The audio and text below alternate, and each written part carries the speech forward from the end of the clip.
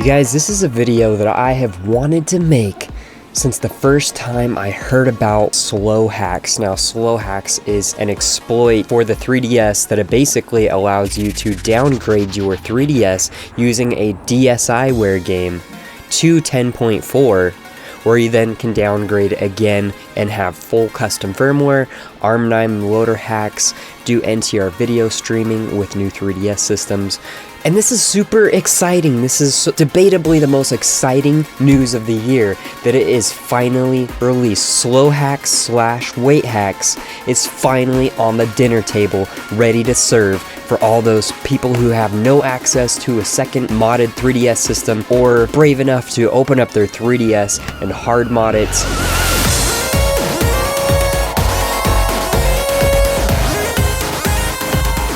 As of right now, this does not work with 11.2. Nintendo patched SlowHax / Waithax for 11.2. These hacks are published on a website that you can go see already, so can Nintendo. So, you know, it's logical of them to just go and patch up these little exploits people are putting out there on the web just so gloriously on a silver platter.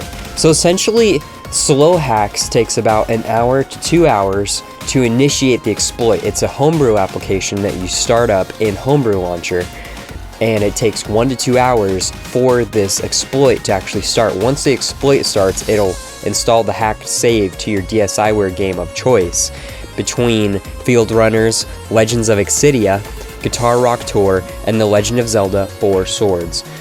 Those are the 4 currently. There may be more added to the list in the future. And then after you install the hacked save, you basically go back to your DSiWare game after you've put a bunch of files on your SD card, and you start up the game, and depending on which game you're on, you'll have a different entryway to get into the exploit. Once you get into the exploit itself, the DG tools I believe it is, then you can downgrade your system to 10.4, your 3DS, your old 3DS, whatever it is. You can downgrade it to 10.4. So the fact that you can, almost on the latest firmware, downgrade your 3DS with the purchase of one application and access to Homebrew, which is abundant. There's so many entry points to get into Homebrew.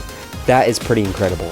For this, we have to thank Nedwill and Derek for discovering the vulnerabilities, Steve Ice 10 for the original SlowHax 2, Aurora Wright and Tux SH for Luma 3DS and its exception handlers, SubV and Cell9 for the service access check patches, which were extensively used for development. So there again, Cell9 having a very big impact on development, even to this day. Tux SH again for finding the K-Sync object address leaking used in SlowHax 2, Kernel 11 RE, and lots more stuff. So that's the dream team right there, guys. That's the people who have dished this incredible application and exploit out for everybody to be able to downgrade and get to the land of homebrew and custom firmware. A lot of people want to do this simply to just do the video streaming, and that in itself is worth it. So if you're on firmware 9.0 to 11.1, go ahead and do this. All you have to do is get one of the said DSiWare games. It might be a little difficult because Nintendo has taken down some of those games in some of the different markets. So you're just going to have to try your own eShop, see if you can find it if you don't already have it. And the official times that he says, for new 3DS, it'll take approximately 20 minutes to initiate this, and for the old 3DS, approximately an hour. Now, I was reading some of the comments on Reddit, and there was some people saying it took them an hour and 20 minutes. Some people said it took them an hour and 5 minutes. Some people took them 2 hours. You know, the time varies. So if you do decide to try this, don't think it's going to be done in 5 seconds. It's going to take some time. Plug in your 3DS and just go freaking watch some Netflix or something for a bit. So being able to do this downgrade and get down to a point where you can get custom firmware and ARM9 loader hacks opens up a lot of possibilities for homebrew and mod users. We're looking at stuff that you can do, like install titles to your home screen, use NTR custom firmware for video streaming and cheats. You can do input redirections, like using different controllers on your 3DS. You can fully utilize emulators, the hardware for the emulators. You can patch signature checks. You can play games that are out of your region.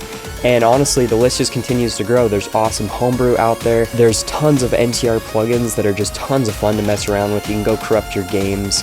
The list goes on and on and on. And Smash Hacks, dude. How can you go wrong with Smash Hacks? So let me know in the comment section, are you guys one of the people who were wanting to downgrade your 3DS but just can't because of circumstances, and this opens up new doors for you?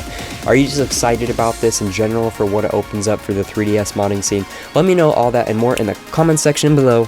I'll love to read what you guys got to say. Go reply to some of you guys. Anyways guys, please like it up, subscribe it up, and I'll catch all of you guys future videos and live streams.